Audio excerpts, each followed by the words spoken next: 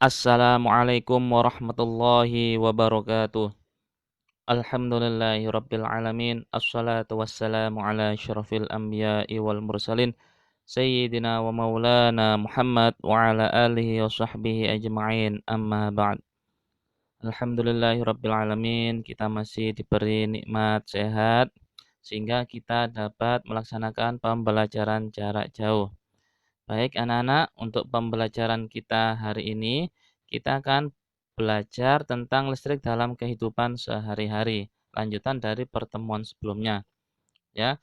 Kalau di pertemuan sebelumnya itu kita belajar tentang listrik pada makhluk hidup ya atau biolistrik, ya, yaitu biolistrik pada sel saraf manusia dan biolistrik pada hewan. Jadi hewan-hewan yang menggunakan listrik untuk mencari mangsa dan untuk mempertahankan diri dari predator. Ya, jadi seperti itu. Kalau sekarang kita akan belajar tentang teknologi yang memanfaatkan listrik statis, ya. Ada apa saja di sana? Nanti kita akan bahas satu persatu. Baik, untuk bahan ajarnya masih tetap sama ya, silakan dipelajari. Oke, langsung saja. Kita langsung kepada materi yang pertama yaitu listrik pada petir ya. Saya kira antum semua sudah paham tentang petir ya. Petir adalah fenomena alam yang sering kita jumpai terutama pada musim penghujan ya. Pada musim penghujan itu nanti akan ada suara gemuruh petir, ada kilat, ada guntur ya. Oke, untuk mempelajari listrik pada petir, alangkah baiknya simak video berikut ini.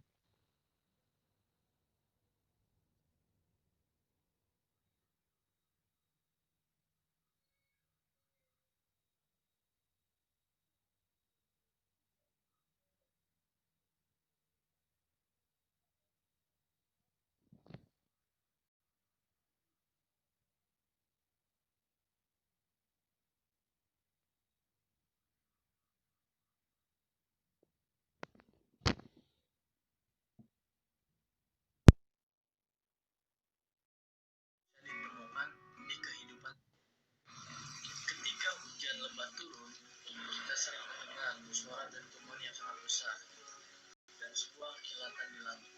Fenomena tersebut dinamakan dengan petir atau halilintar. Tapi, tahukah kamu, faktanya fenomena petir tersebut bisa ditemukan di kehidupan sehari-hari. Ketika kamu usai menonton TV dan mematikannya dan mencoba menyentuh layar, terkadang kita mendapatkan sensasi kesetrum. Itulah fenomena petir dalam skala yang sangat kecil, yang biasa disebut listrik statis. Listrik statis tersebut bermuatan sangat kecil dan hanya berada di satu tempat selama beberapa saat. Listrik statis dapat dibuat dengan cara menggosokkan dua buah benda. Fenomena tersebut sama dengan yang biasa terlihat di langit, tetapi skalanya sangat besar. Pada kasus di langit, awan terus bergerak secara teratur dan terus-menerus. Selama pergerakan ini, awan akan berinteraksi dengan awan lainnya, sehingga muatan yang negatif akan berkumpul pada satu sisi saja, dan sisi sebaliknya akan berkumpul muatan positif.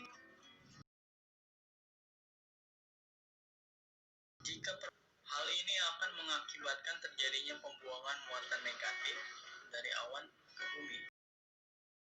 Keseimbangan. Pada saat proses pembuangan muatan ini, media yang dilalui adalah udara. Pada saat muatan negatif mampu menembus ambang batas isolasi udara, saat itulah terjadi ledakan suara yang kita dengar sebagai suara menggelegar atau disebut guntur.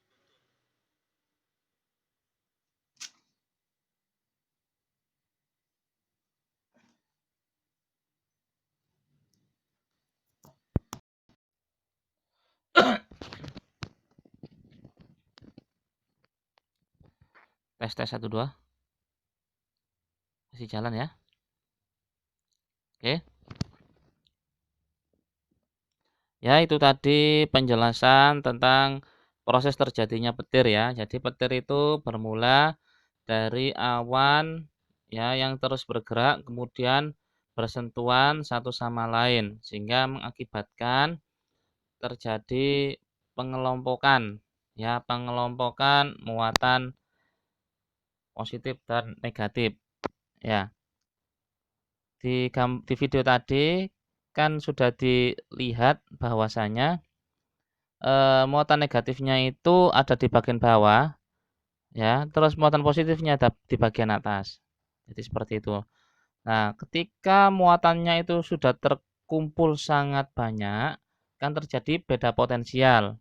Nah, saat terjadi beda potensial inilah akan terjadi loncatan energi untuk menetralkan kondisinya, ya. Nah, fenomena ini yang kita kenal dengan petir. Jadi seperti itu. Dan petir akan selalu menyambar daerah atau bangunan atau pohon yang tinggi. Jadi pertama kali yang disengat, yang tersengat petir atau bangunan atau makhluk hidup yang berpotensi terkena petir paling besar itu adalah bangunan tinggi ya atau pohon-pohon yang tinggi. Jadi seperti itu. Nah, oleh karena itu pada bangunan-bangunan tinggi ya, itu biasanya dipasang penangkal petir. Nah, penangkal petir itu fungsinya ya kurang lebih seperti memberikan jalan ya bagi muatan listrik yang besar tadi agar tidak menyambar rumah. Kenapa? Kalau menyambar rumah ya rumahnya bisa hancur. Nah, karena dikasih jalan oleh penangkal petir, maka aliran petir tadi bisa langsung masuk ke tanah atau digroundkan, istilahnya itu digroundkan ya. Terus listriknya tadi kemana setelah sampai di tanah? Nah, listrik tadi akan apa? Istilahnya itu listriknya tadi itu akan menghilang ya. Dalam artian menghilangnya itu kan bumi kita itu kan sebagai sumber elektron yang tak terbatas ya. Jadi kalau ada elektron yang banyak mengalir ke bumi ya nggak ada artinya. Artinya efek listriknya menghilang. Jadi seperti itu. Ya, oke, itu prinsip kerja penangkal petir. Selanjutnya ada pengendap asap ya, asap pada cerobong pada pabrik. Nah, gambarnya seperti ini. Pengendap elektrostatis ini berfungsi untuk membersihkan debu-debu ya pada gas buang yang melalui cerobong asap pabrik. Tujuannya agar gas buangnya tadi tidak mencemari udara, ya. Apa saja yang terdapat pada pengendap asap ini? Ya, komponen utamanya ada kawat, ya, kawat yang bermuatan negatif. Berarti kawat yang ini yang melungker-melungker ini ya, yang berbentuk spiral ini adalah kawat yang bermuatan negatif dan plat logam. Plat logamnya yang mana? Plat logam itu yang ini. Ini plat logamnya, ya. Nah, ini plat logam. Jadi ketika asap kotor itu masuk, ya, kemudian karena asap kotor ini melewati kawat, ya, kawatnya ini itu bermuatan negatif, maka debu-debu kotorannya itu akan ditarik oleh kawat yang bermuatan negatif tadi, sehingga tersisa udara yang bersih. Nah, terus debu yang menempel tadi nanti akan diambil kemudian dibersihkan. Jadi lebih mudah. Debunya nggak ikut terbuang. Jadi itu cara kerjanya itu cuma menangkap debu yang kotor tadi yang ada di partikel udara. Ya, jadi seperti itu. Oke, selanjutnya untuk pengecatan mobil ya. Butiran cat mobil itu akan bermuatan listrik ya. Jadi dijadikan bermuatan listrik. Ya, caranya bagaimana? Digesek-gesekkan melalui mulut pipa semprot dan udara. Jadi catnya itu dialirkan melalui mulut pipa semprot, ya, sehingga cat mobilnya jadi bermuatan listrik. Nah, butiran yang sudah bermuatan listrik tadi akan tertarik ke badan mobil jika badan mobil diberi muatan yang berlawanan dengan muatan cat, sehingga cat lebih mudah menempel pada bodi mobil, ya. Itu prinsipnya seperti itu. Terus selanjutnya untuk teknologi listrik statis berikutnya yaitu mesin fotokopi dan printer laser, ya. Printer laser itu yang gambar atas ini, mesin fotokopi yang bawah, ya. Prinsip kerjanya sama. Kenapa sama? Karena kedua teknologi ini menggunakan tinta yang dikenal dengan istilah toner, ya. Jadi tintanya itu tinta bubuk, bukan tinta cair kayak printer apa itu namanya? Inkjet, ya.